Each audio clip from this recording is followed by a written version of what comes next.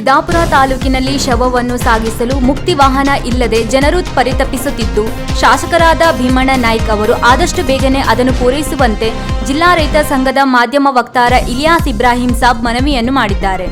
ಈ ಬಗ್ಗೆ ಪತ್ರಿಕಾ ಪ್ರಕಟಣೆ ನೀಡಿದ ಅವರು, ತಾಲೂಕಿನಲ್ಲಿ ಮೃತದೇಹವನ್ನು ಅಂತಿಮ ಸಂಸ್ಕಾರಕ್ಕೆ ತೆಗೆದುಕೊಂಡು ಹೋಗಲು ಇಂದಿನ ದಿನಗಳಲ್ಲಿ ಕೆಲವು ಕಡೆಗಳಲ್ಲಿ ಕನಿಷ್ಠ 4 ಜನ ಸಹ ಸಿಗುತ್ತಿಲ್ಲ. ಶ್ರೀಮಂತರು ಆಂಬ್ಯುಲೆನ್ಸ್ಗೆ ಸಾವಿರಾರು ಹಣ ನೀಡಿ ಮೃತದೇಹವನ್ನು ಸಂಸ್ಕಾರ ಮಾಡುತ್ತಾರೆ. ಆದರೆ ಬಡವರು ಹಣ ನೀಡದ ಪರಿಸ್ಥಿತಿ ಇದ್ದು ತೊಂದರೆಯನ್ನು ಅನುಭವಿಸುತ್ತಿದ್ದಾರೆ. ಈ ಕಾರಣಕ್ಕಾಗಿ ತಾಲೂಕಿಗೆ ಶಾಸಕರು ಮುಕ್ತಿ ವಾಹನವನ್ನು ನೀಡುವಂತೆ ಅವರು ತಿಳಿಸಿದ್ದಾರೆ.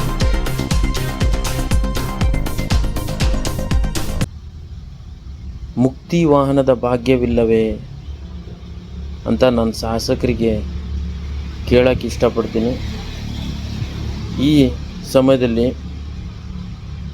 ಎಲ್ಲ ತಾಲೂಕುಗಳಲ್ಲಿ, ಎಲ್ಲ ಜಿಲ್ಲೆಗಳಲ್ಲಿ ನಾವು ಗಮನಿಸ್ತೀವಿ ಮುಕ್ತಿ ವಾಹನ ಇದೆ. ಆದರೆ ನಮ್ಮ ಸಿದ್ದಾಪುರ ತಾಲೂಕಿಗೆ ಈ ಭಾಗ್ಯ ಇಲ್ವಾ?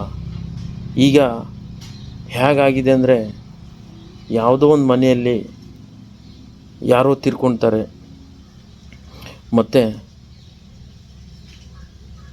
ಆ ತೀರಿದ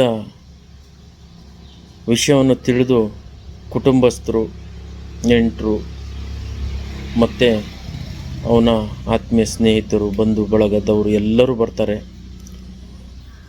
ಆ ಸಮಯದಲ್ಲಿ ಅವ್ರು ಬಂದು ಅವರಿಗೆ ಆ ಹೂವಿನ ಮಾಲೆ, ಹೂವು ಹಾಕಿ ಅವರು ಅಲ್ಲಿಂದ ಹೊರಡ್ತಾರೆ. ಆದರೆ ಮುಂದೆ ಬರುವ ಪರಿಸ್ಥಿತಿ ಏನಂದರೆ, ಅವರಿಗೆ ಆ ಶರೀರವನ್ನು, ಹೆಣವನ್ನು ತಗೊಂಡು ಹೋಗಿ ಮಣ್ಣು ಮಾಡಬೇಕು ಅನ್ನೋ ಸಮಯ ಬಂದಾಗ ಅಲ್ಲಿ ಆ ಹೆಣಕ್ಕೆ ಹೆಗಲು ಕೊಡಲು 4 ಜನನೂ ಇರೋಲ್ಲ, ಆ ಪರಿಸ್ಥಿತಿ ಬಂದಿದೆ. ಅದಕ್ಕೆ ನಾನು ಉತ್ತರ ಕನ್ನಡ ಜಿಲ್ಲಾ ರೈತ ಸಂಘದ ವತಿಯಿಂದ ಶಾಸಕರಿಗೆ ಒತ್ತಾಯ ಮಾಡ್ತೀನಿ, ಆದಷ್ಟು ಬೇಗ ತಾವು ಮನಸ್ಸು ಮಾಡಿದ್ರೆ ಈ ವಿಷಯಕ್ಕೆ ನಾಳೆನೇ, ಒಂದು ವಾರದಲ್ಲೂ ಮುಕ್ತಿ ವಾಹನವನ್ನು ನೀವು ಕೊಡ್ಬೋದು ಅನ್ನೋ ಭರವಸೆ ನನಗಿದೆ. ದಯವಿಟ್ಟು ಇದೊಂದು ನಮ್ಮ ಸಿದ್ದಾಪುರಿನ ತಾಲೂಕಿನ ಜನರಿಗೆ ಎಲ್ಲರಿಗೂ ಒದಗಿಸ್ಕೊಡ್ಬೇಕಂತ ನಾನು ಉತ್ತರ ಕನ್ನಡ ಜಿಲ್ಲಾ ರೈತರ ಸಂಘದ ಮಾಧ್ಯಮ ವಕ್ತಾರ ಇಲಿಯಾಸ್ ತಮ್ಮಲ್ಲಿ ಕೈ ಮುಗಿದು ಬೇಡ್ಕೊಳ್ತಾ ಇದ್ದೀನಿ. ನಮಸ್ಕಾರ.